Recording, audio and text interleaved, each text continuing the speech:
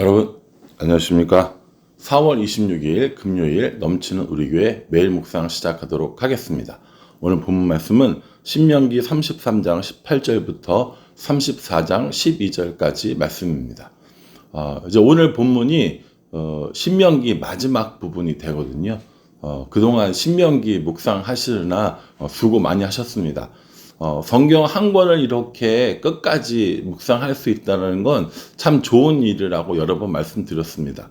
물론 마가복음이 중간에 이제 들어갔고 또 그 마가복음을 또 필사도 하고 그런 시간이 있었지만 그건 사순절 기간에 맞춰서 한 거니까 그걸 제외하고 신명기를 이렇게 통째로 보는 건 참 좋은 것 같습니다. 내일부터 이제 4월 30일까지는 시편 몇 편을 묵상하고요. 5월달, 6월달에는 통째로 사도행전을 묵상하게 됩니다. 이렇게 한 권의 책들을 끝까지 다 보는 건 정말 좋은 일이라고 생각합니다. 매일 묵상을 하면서 이렇게 한꺼번에 책을 계속 보는 기회가 있어서 너무 좋습니다. 저만 좋은 게 아니라 여러분들도 이것이 좋은 기회라고 생각을 하고 이번 달에는 사도행전, 다음 달에는 신명기 이런 식으로 꼬박꼬박 한 권씩 묵상하는 좋은 기회가 되었으면 좋겠습니다. 신명기 마지막 33장 부분에서는 어제 본문이죠.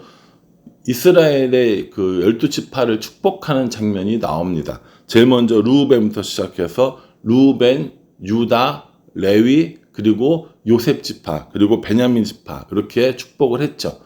그리고 오늘 나오는 이제 그 나머지 지파들이 있거든요. 나머지 지파 누구냐면 스불론, 이사갈, 간, 단, 납달리, 아셀 이렇게 나옵니다. 근데 생각해 보면 12지파가 아니라 11지파가 되거든요. 여기에 빠진 지파가 하나 있습니다. 어디가 빠졌냐면 시므온 지파가 빠졌죠.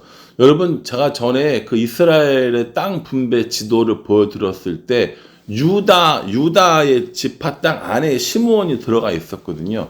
나중에 결국에 이 시므온 지파는 유다 지파와 거의 합쳐지다시피 합니다. 아마 그래서 시므온은 빼고 그렇게 유다의 안에 들어가 있는 것으로 계산하지 않았을까라고 생각을 해 봅니다. 혹시 다른 이유가 발견되고 제가 알게 되면 다시 한번 말씀드리겠는데 오늘은 이 정도로만 생각을 해 두셔도 될 것 같습니다. 각각 하나의 이런 지파들마다 충분히 다 이렇게 보면 좋겠지만 자세한 내용들은 여러분들께서 한번 묵상해 보시고요. 오늘 이 이스라엘 전체에게 축복을 해 주었던 가장 중요한 핵심적인 키워드 두 가지만 한번 살펴보고자 합니다. 하나는요, 일상생활의 풍요로움이고요. 또 하나는 대적으로부터의 보호라고 저는 생각합니다. 르우벤부터 시작을 해서 마지막에 누가 나오냐면 아셀 지파까지 쭉 얘기가 나오면 일상생활에 우리들의 삶 가운데 하나님께서 풍요롭게 해 주시겠다. 땅을 차지하게 해 주시겠다. 모자람이 없이 해 주겠다. 이런 내용들이 주로 나오고요. 또 하나는 주변에 있는 모든 대적으로부터 하나님께서 보호해 주시고 승리할 수 있도록 해 주시겠다라는 이런 말씀들이 많이 나오는 것을 볼 수 있습니다. 그러니까 큰 두 줄기가 그거라는 거죠. 삶에서의 풍요로움 그리고 대적으로부터 적들로부터의 안전과 승리 이렇게 이야기할 수 있습니다. 따지고 보면 이건 이스라엘 백성들에게만 필요한 것이 아니라 우리들에게도 필요한 겁니다. 우리들도요, 삶에서의 풍요로움이 있어야 하고요, 대적으로부터의 승리 그리고 안전이 필요한 삶을 살고 있습니다. 그러니 이스라엘 사람들에게만 주셨던 축복이 아니라 오늘 우리에게도 동일한 축복을 주시도록 간구해야 하지 않을까라는 생각을 해보게 됩니다. 이렇게 축복을 쭉 하고 나서 마지막에 뭐라고 이야기하냐면 29절 말씀입니다. 이스라엘이여 너는 행복한 사람이로다. 여호와의 구원을 너같이 얻은 백성이 누구냐? 그는 너를 돕는 방패시요 내 영광의 칼이시로다. 내 대적이 내게 복종하리니 내가 그들의 높은 곳을 밟으리로다. 이렇게 이야기하고 있습니다. 저는 넘치는 우리 교회 모든 성도들이 또 혹은 이 영상을 보는 모든 분들이 오늘 이 말씀처럼 하나님으로 인해 행복한 우리 모두가 될 수 있기를 주님의 이름으로 축복합니다. 모세가 정확하게 이야기했다고 저는 생각합니다. 이스라엘 백성아, 들어봐라. 이 세상에 너희들처럼 이렇게 행복한 사람들이 어디 있겠느냐? 너희들은 정말 행복한 사람이로다. 왜냐하면 하나님께서 너희의 방패가 되어주셨고, 하나님께서 너의 칼이 되어주셨고, 하나님께서 너희를 구원해 주셨고, 그러므로 너희는 행복한 사람이다 라고 이렇게 말씀하고 있는 거죠. 무엇인가를 가져서 행복하다면 그것을 잃어버리게 되면 행복해지지 않습니다. 돈이 있어서 행복하면, 건강해서 행복하면, 지위가 높아서 행복하면, 좋은 직장을 다녀서 행복하면, 성적이 좋아서 행복하면, 행복하죠. 얼마나 행복하겠어요? 그런데 그것이 영원하면 좋겠는데 영원하지 않잖아요. 뿐만 아니라 이 세상에서의 소유이지 저 천국에서의 소유는 아닐 거 아닙니까? 그러므로 우리의 행복은 소유에 있지 아니하고 하나님께서 우리와 함께 하심에 있다라는 것을 모세가 우리에게 알려주고 있습니다. 저는 이 모세의 이 말씀에 정말 동의합니다. 인생을 많이 살아보고 굉장한 걸 누려보지는 않았어요. 그러나 소유가 저를 행복하게 하기보다는 하나님과의 동행이 진정한 행복이라는 이 말은 저는 맞는 것 같습니다. 소유는 했다가도 잃어버릴 수 있고 또 내 것보다 남의 것이 더 좋아 보일 수도 있습니다. 위치와 자리와 힘은 유지하기 위해서 너무나도 많은 힘과 에너지가 들어갑니다. 그러니 소유가 아니고 자리가 아니고 힘이 아니고 하나님과 동행하는 것이 진정한 행복이라는 것이죠. 왜냐하면 하나님과 동행하는 일들은 빼앗길 수 없습니다. 하나님께서 가장 힘이 세고 하나님께서 가장 능력이 있으시고 하나님만이 유일하신 하나님이기 때문에 아무것도 하나님으로부터 우리를 빼앗을 자가 없기 때문입니다. 그래서 로마서 8장 38절 39절에는 그리스도 예수 안에 있는 하나님의 사랑에서 끊을 것이 아무런 피조물도 없다라고 이야기를 하고 있는 것이죠. 사랑하는 성도 여러분, 여러분들은 오늘 행복하십니까? 여러분들에게 행복을 주는 것은 무엇 때문입니까? 하나님 때문입니까? 아니면 우리가 가지고 있는 소유물 때문입니까? 저도 뭔가 소유하면 좋습니다. 뭔가를 가지게 되면 기쁩니다. 그래서 뭔가 소유하고 얻으려고 합니다. 그것이 때로는 물질적인 것들일 수 있고요. 때로는 그게 힘이나 자리나 위치일 때도 있습니다. 어떤 것이든지 영원하지 않은 것이기 때문에 또 지켜야 하는 것이기 때문에 그 소유 혹은 그 자리 때문에 행복한 것은 영원하지 않다라는 것이죠.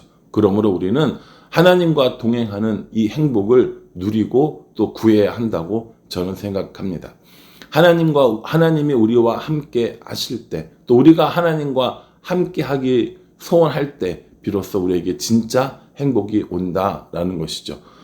세상이 우리에게 줄 수 있는 것들, 감사합니다. 기쁘게 받고 그것들로 누릴 수 있겠죠. 그러나 진짜 행복, 진짜 우리를 아름답게 하는 것은 하나님께서 주시는 것이고 하나님과 함께 하시는 것이라는 걸 잊지 않는 우리 모두가 되었으면 좋겠다라는 생각을 해봅니다. 이렇게 모세가 다 축복을 하고 나서 34장 말씀에 보면 이제 그 마지막에 죽음을 맞이하는 것을 볼 수 있습니다. 모세는 120세까지 살았거든요. 그러나 눈이 흐리지 않고 기력이 쇠하지 않았다라고 이야기합니다. 그런데 왜 죽음을 당했습니까? 이제 모세가 해야 될 일은 여기서 끝나는 것이죠. 그래서 저는 사람들에게 종종 그렇게 이야기합니다. 그리스도인들의 죽음은 힘이 없어서 병에 걸려서 죽는 것이 아니라 그리스도의 죽음은 사명을 다 마쳤기 때문에 죽는 것이다 라고 이렇게 이야기를 종종 합니다.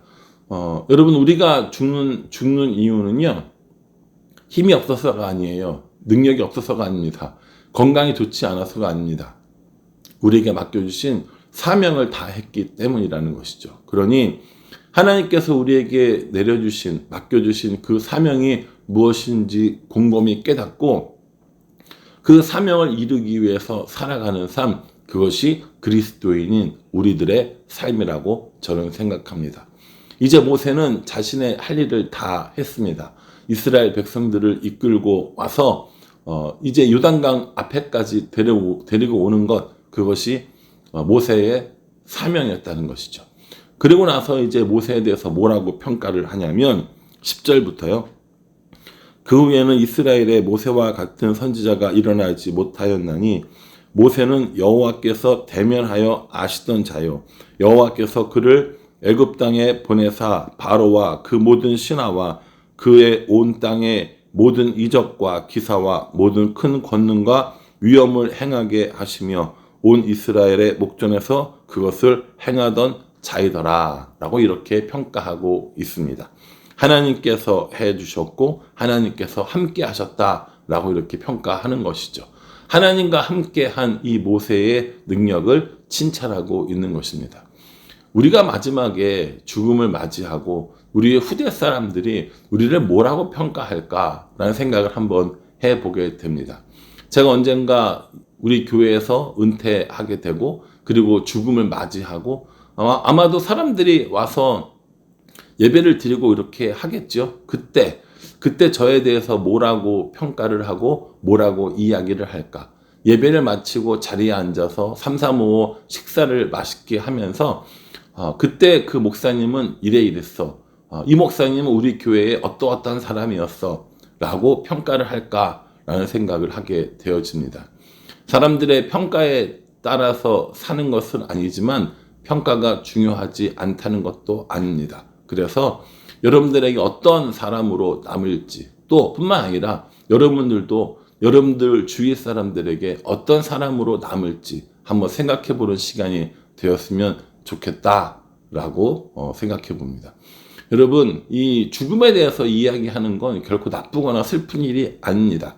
우리의 죽음을 생각하기 때문에 오늘 우리들의 삶을 또한 열심히 살 수 있는 거니까요. 그러니까 하나님께서 우리에게 맡겨주신 사명이 무엇인지 다시 한번 생각해보고 또한 어떻게 하고 있는지 점검해보고 우리들의 마지막 때 우리들은 사람들에게 어떠한 평가를 받을까 한번 생각해보는 그런 하루가 되었으면 좋겠습니다. 오늘 이 말씀을 통해서 그리고 신명기 전체의 말씀을 통해서 우리에게 주시는 교훈은 하나님과 우리 사이의 언약 그리고 그 언약에 순종하는 삶, 이 모든 것들을 기억하라 라고 이야기하는 언약과 순종과 기억이라고 저는 생각합니다. 바라기는 저도 그렇고요, 여러분들도 그렇고요, 그 언약에 순종하며 날마다 그것을 기억하며 하나님과 동행하며 살아가는 우리 모두가 될 수 있기를 주님의 이름으로 축복합니다. 기도하겠습니다. 하나님, 신명기를 마무리하면서 하나님과 동행하는 것이 진정한 행복임을 다시 한번 생각해 봅니다. 다른 것에서 행복을 찾지 아니하고 하나님으로 인해 행복한 우리 모두가 될 수 있도록 은혜 베풀어 주시옵소서. 사명을 따라서 살아가는 우리가 되게 해주시고 사명을 이루어 하나님의 영광 돌리는 우리가 될 수 있도록, 그리고 우리들의 후세대들이 우리를 어떻게 평가할지 한번 생각해보는 그런 하루가 될 수 있도록 인도하여 주시옵소서. 예수님의 이름으로 기도합니다. 아멘. 여러분, 오늘 이 말씀 꼼꼼하게 묵상해 보시고요, 하나님께서 주시는 은혜의 말씀들을 적용하면서 살아갈 수 있기를 간절한 마음으로 기도하겠습니다. 감사합니다.